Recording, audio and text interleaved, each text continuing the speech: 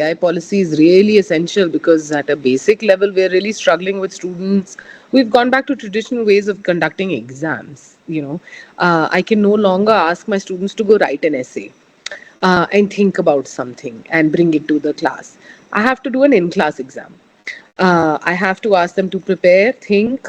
They may have used AI to prepare their answer also, but they will have to use their cognitive power to remember to and articulate an essay that is cogent.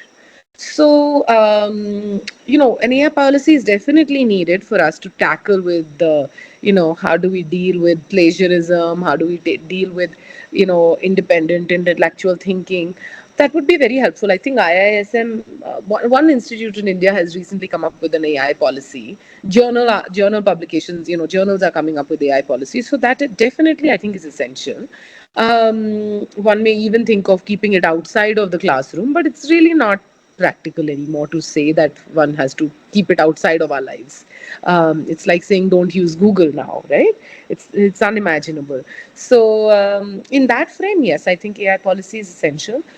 Keeping some of the things that I said earlier in mind in terms of recommendations more broadly for our education system, I think we need to rethink in the day of AI. How do we reflect on it? Questions of inclusion, difference, and diversity, because that is going to really change the way in which we engage with the digital, the way we think about AI.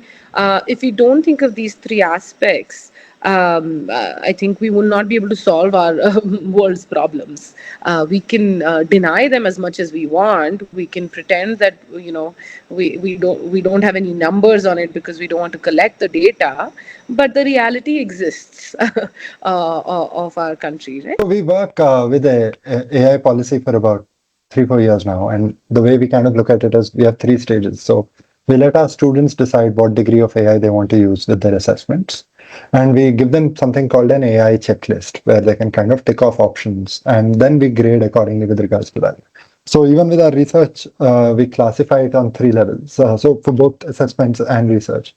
So we have what we call AI critical research or AI critical assessments, where you have looked at AI, but you're critical of what it has done and how it's not been useful. So in my own research, for example, a lot of my newer work looks at violence in video games, online games, and I look at how matchmaking algorithms are the reason the violence is kind of happening. So, and algorithms and matchmaking is inherently AI, right? So, how it's important to rethink the logic there, for example. Then we do something called AI enabled research or AI enabled assessments, which would not have been possible without AI. Creation and visualization of data, dashboards, and so on.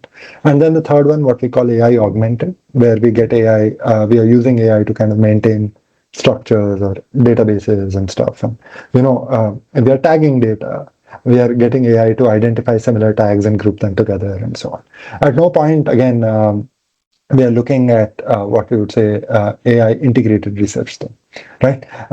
Not a fully partner yet because we don't trust what's coming out from there. Similarly, with students as well, we get them to think on different levels, right? If they've brainstormed ideas with AI, how they've done it. If they've asked AI to point them to specific forms of literature, how they've done it.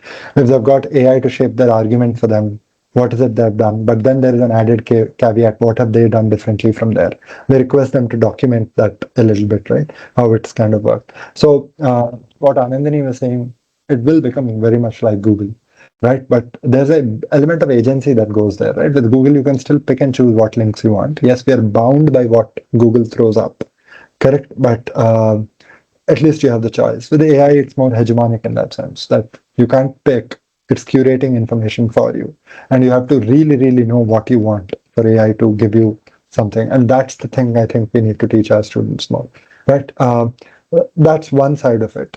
Now, with regards to the policy in India per se, I've seen most of our bigger institutions kind of struggle with this.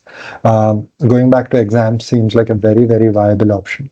But also, I think reimagining assessments where we know the bounds of AI as faculty ourselves and getting students to realize those boundaries as well.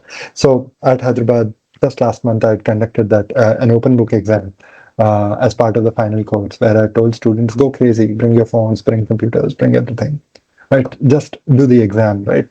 I gave them a word search and I gave them match the following, right?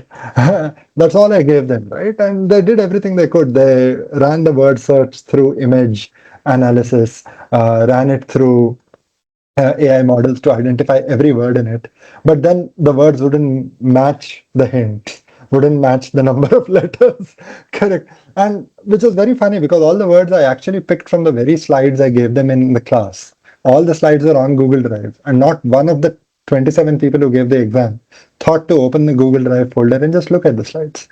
Right. So, I mean, there is, in many ways, I think, a new form of myopia happening where earlier it was Google knows everything and now models know everything.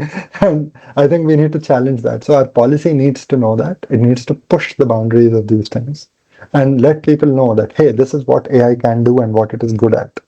But this is what you have to bring to the table, else this is not going to be fruitful at all.